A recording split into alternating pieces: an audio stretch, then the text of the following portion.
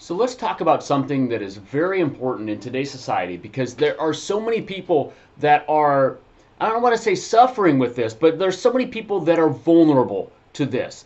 I'm Dr. Jeff Cumro, and over the last 15 years, I've had the pleasure of working with thousands of people and helping them transform their health in different ways. And my main focus is helping to change the brain and body and make them more functionally adaptable to whatever situation you're in. So no matter what you do, you go out in that situation, your body gives you the right response, your brain gives you the right response, and you get the expected outcome. That's ultimately what we aim to do.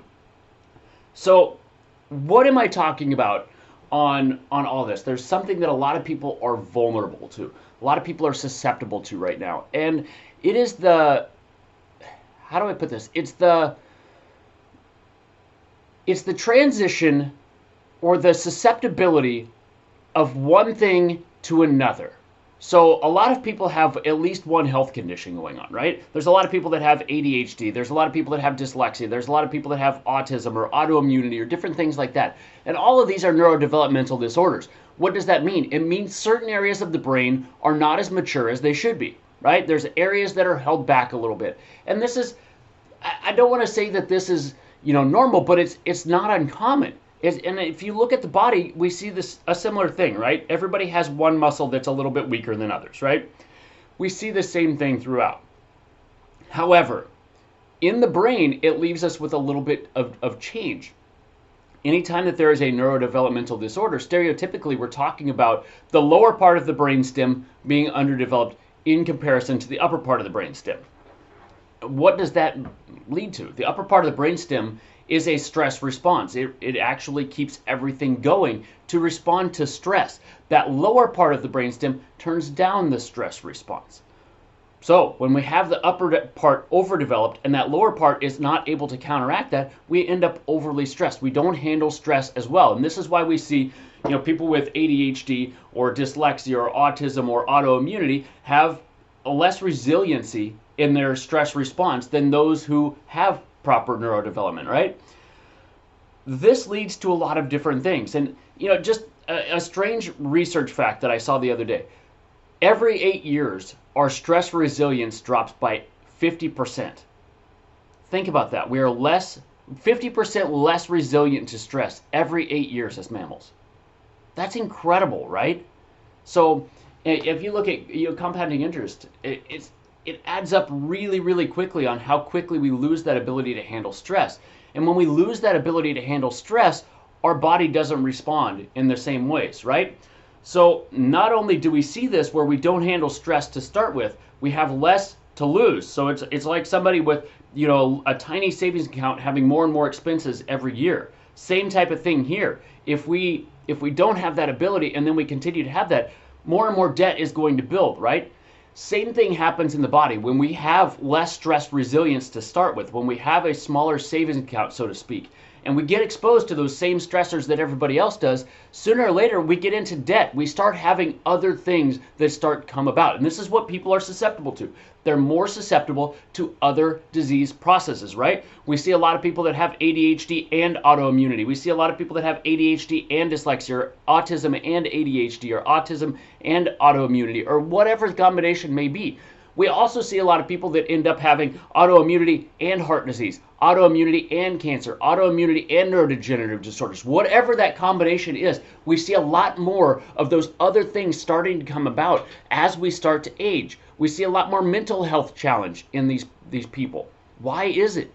Because we are susceptible, because that stress resilience goes down. And as that stress resilience goes down, so does our brain function, so does our body function. Because when we're constantly under stress, we see our blood sugar goes up. We see our blood pressure goes up. We see our clotting factors go up. We see our immune system goes up. We turn down healing and repairing. We turn down our reproductive function. We turn down our hormonal responses. So there are a lot of different things that we do. That leaves us susceptible to those other disease processes. So what can we do? And that's the most important part of this, right? All of this is important to know, but what do we do about it? That's the most important thing, because if you don't do anything about it, it doesn't matter anyway, right? knowing that you're more susceptible to something and going about your day in the same way isn't going to change anything. So you might as well not even know you're susceptible. We have to know it, and then we have to actually do something to change it. And this is ultimately where finding a functional practitioner, somebody who can assess brain and body function, not only really, it comes down to more than that, because there are a lot of different ways to assess brain function, right? We could do an MRI on the brain. It tells us great things. If you've had a stroke, it's going to tell us that. But if you're looking at a functional change, it's probably not going to give us any information. A lot of times, you have a concussion and you lose that recall. The memory's just not there. You can't come up with the thought process behind it. Or you have balance issues because of the concussion, or your eyes don't follow, or they don't track real well, so you get fatigue, or you get eye pain or headaches when you read. Different things like that are common. You don't often see that on an MRI. So an MRI might not be the best thing. We have to find somebody who can assess brain function in a functional way. And when we have that functional way, we know which parts of the brain are performing in the way that they should, which ones are not performing in the way that we should. Other thing we need to look at is, what other stressors do we have on our system? What can we do to knock those stressors down? Do you have a Candida yeast infection? Do you have heavy metal toxicity? Do you have a bacterial infection or a mold infection, or other processes like that? There's a lot of people that are walking around with viruses, Epstein-Barr virus, herpes viruses, things like that are very, very common in our system, and they can reactivate every once in a while and cause a lot of problems. So knowing what you're actually doing in your brain and your body, how are they actually functioning, is a massive boost to this. And once we know how you're functioning, what can we do to fix that? Do we need to detoxify your system? Do we need to address an underlying, bacterial infection or viral infection or whatever else? Do we need to just stimulate different parts of the brain to get that functional adaptation back to where it needs to be? And when we can do that, we start seeing these pieces come back together. We start seeing some of that resilience come back. We build that system. We're building up that bank account so that when we are faced with more stress, it doesn't knock us down to the same level, and we're more adaptable to that. So our stress resilience, like I said, it drops 50% every 8 years, but we should theoretically be able to decrease that by focusing on the things that are providing our stress, by focusing on the things that we can do to change our brain function, our body function, and our stress response within. So I hope that you find this helpful. If you do, please like or subscribe. It really helps me know what is giving you guys the most bang for your buck. But when we're looking at 20% of people having autoimmunity, we're looking at about 11% of people having ADHD. We're looking at last I saw was around 9% with dyslexia, 2% with autism. That 2% with autism doesn't sound like much, but it's up from 1 in 10,000 here a couple decades ago. These numbers are exploding in all of these things, and we have to take action to do something about it.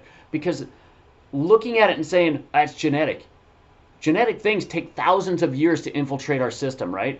Like in our society, it would take thousands of years for it to be an actual genetic response. Many of these things are epigenetic in nature, and they can happen in a very short period of time. So knowing what our susceptibility is and doing the things that we can to take that next step forward is a major, major thing for the health of the nation. And I hope that this information helps you.